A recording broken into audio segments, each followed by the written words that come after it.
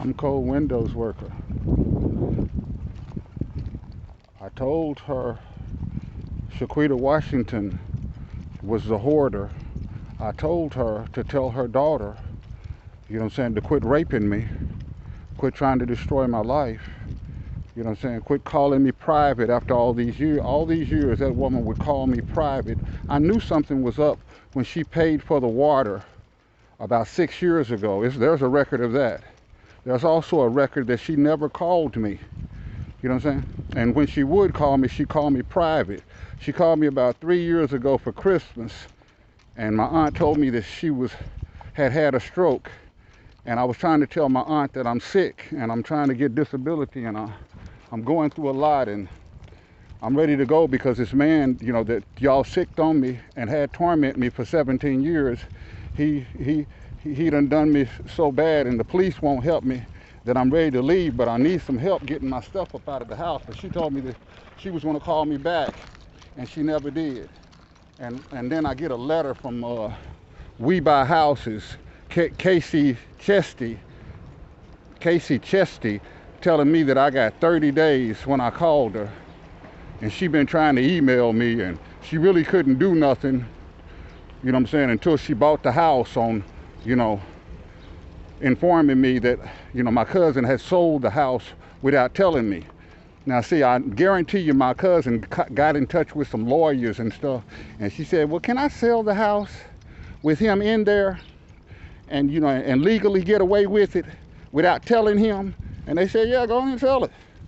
You know what I'm saying? Because this lawless system, they don't care nothing about nobody.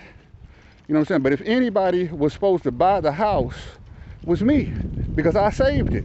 The city was trying to take it away from my aunt like 30 years ago when she was running the bingo, gambling everything, parking a big electric deuce and a quarter, you know what I'm saying, with so much garbage and trash in it.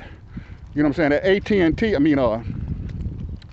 that Unit Parts place, those people that work out there at Unit Parts, I wish I could get in touch with some of them people, because they would tell my story is true. This woman was riding around with so much trash and junk inside a car. I've seen some other people like that you barely could get in it. You know what I'm saying? You couldn't see out the back window, and a can or something rolled up under the brakes, and that's how she had a wreck and destroyed it. And every time I would, you know, draw something for her, all my beautiful artwork that when I was younger, I used to draw really well. I can't no more because my hands messed up, but I would give my aunt beautiful pictures that I'd drawn and stuff, and she was such a hoarder. She'd put them inside her car in a bag with, you know, meat and trash and stuff, and destroy my artwork. That's how much respect she had for me. So a lot of my artwork got destroyed because of her, you know, just disrespect, didn't even care nothing about my artwork. You know, I saved her pictures and her things, you know what I'm saying, for 20 years that I could save in that house, and kept it in that room that, you know, she had all of that, you know, it was so much junk in that room that we had to throw the stuff out the window. You know what I'm saying? When she finally let me, because the city was on her so bad, they was talking about putting her in jail.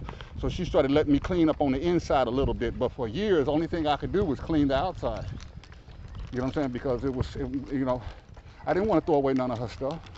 But once I got to, you know, going through this stuff, even when she was there was like meat and fruit and stuff that she had brought in there, and you know, you couldn't find it. You know what I'm saying? So now it done, you know, spoiled and rotted, and maggots done, you know, ate it up, and flies done, you know, rats done ate it up and stuff, and it was, you know, stuff mixed with brand new stuff, and it done spoiled the brand new stuff, because, you know, it done, you know, what do you call that, decayed all over it. You know what I'm saying? Just insanity. You know, her saving bubble gum wrappers and bags, and, you know, it was just, you know, if you ever know what a hoarder does, you know, they don't want to throw away anything. But, you know what I'm saying, and she get mad at me and start hollering and fussing, and, you know, I'm trying to help her, and she's acting like I'm mistreating her. That's what they did. You know what I'm saying? They try to make me into the villain. And I saved that house and saved her because, like I said, the city was going to condemn it 30 years ago, because they wouldn't do anything. She'd be in there raining hard as hell through the ceiling, and she got a bucket up under there catching water, hanging her clothes up in there. You know what I'm saying? Cats shitting everywhere, and you know, it was just the most insane. I got pictures of it. I saved all the pictures. You know, I got 35mm film that needs to be developed now. But what I've been through hell. And plus, these people were sexually molesting me as a child, you know, emotionally abusing me, tormenting me. It was, you know, and they're treating me like I'm the villain. And all of the stuff that I witnessed, her cussing my grandmother out every day, talking about how she kept her from, you know, marrying the man that she loved. My grandmother would be looking all crazy and stuff, but my grandmother was an abuser too. So was my mother. You know what I'm saying? I got a hell of a story to tell about these insane people. But the biggest insane thing is, after all the abuse that I've been through in my life, they didn't know that I learned how to handle people like them. I'm 57 years old now. You know what I'm saying? And I've come across people, but nothing like them. But yeah, me and God are going to handle this. This woman sold the house that I had been working like a dog, only me, saving from the city, and then sold it with all my artwork and stuff in it without even telling me. So I would lose everything. And thought she was going to get away with it because of this system. You know what I'm saying? This lawless system. I called an attorney. I said, ma'am, my cousin sold the house that I've been living in. If she owned the house, she had every legal right to. I said, without telling me? She said, well, she didn't have to call you. She didn't have to tell you. You know what I'm saying? If she owned the house, she could sell the house without telling you, legally. I'm like, what? That ain't the laws that Native Americans live by. That's why I wanted my case. I tried to contact the Native Americans and see if I could have my case adjudicated through them. But they're not treating me like a Native American. You know what I'm saying? They're acting like my artwork ain't. But my artwork was like my children. And they thought they was gonna let them not only destroy me, this city, you know what I'm saying, this racism, you know what I'm saying, these companies, how they've done me. Galen Colbert did a story on me because I was nominated Poet of the Year internationally. But when I filed a $10 million claim 27 years ago against the Oklahoma City Police Department for two officers taking me off and was going to try to murder me, you know, and arresting me for nothing, you know what I'm saying, once, I guess, the news station found out that I had done that, they didn't want to hear anything about me.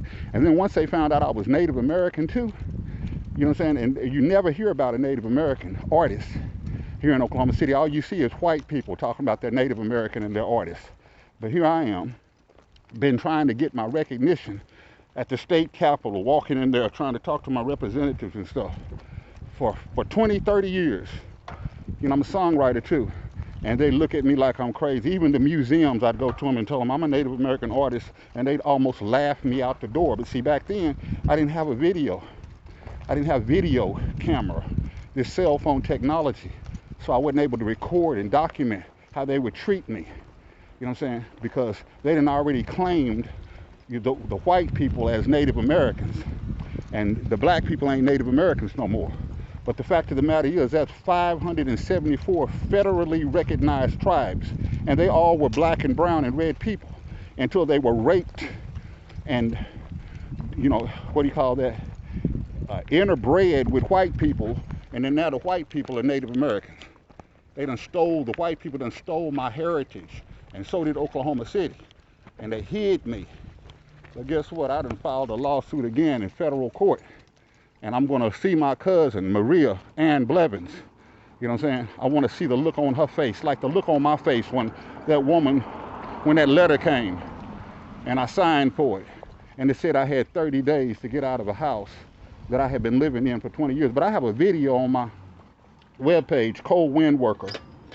You know, and plus I have a Facebook group called the Truth About Native American History and the Truth About Native History and Origin, you know, something like that. James Brown.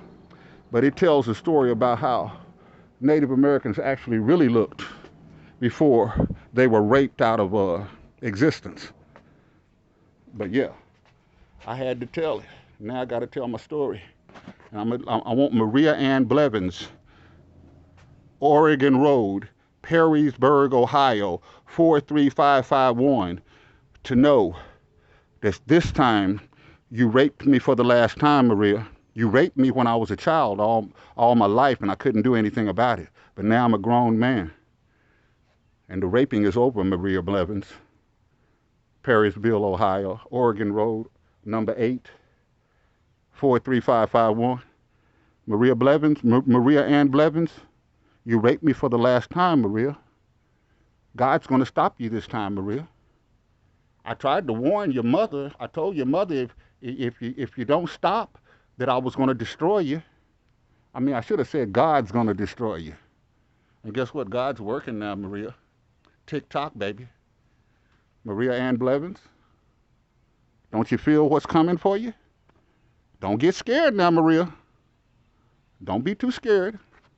It's coming. You know what I'm saying? It's going to be okay. Your exposure is coming, Maria. You're going to be famous, Maria. Maria Ann Blevins, 64-year-old, born November the 14th. You know what I'm saying?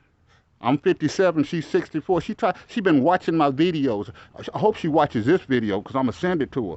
But Maria, this video is especially for you. Do you see what I see, Maria? You see them clouds, Maria?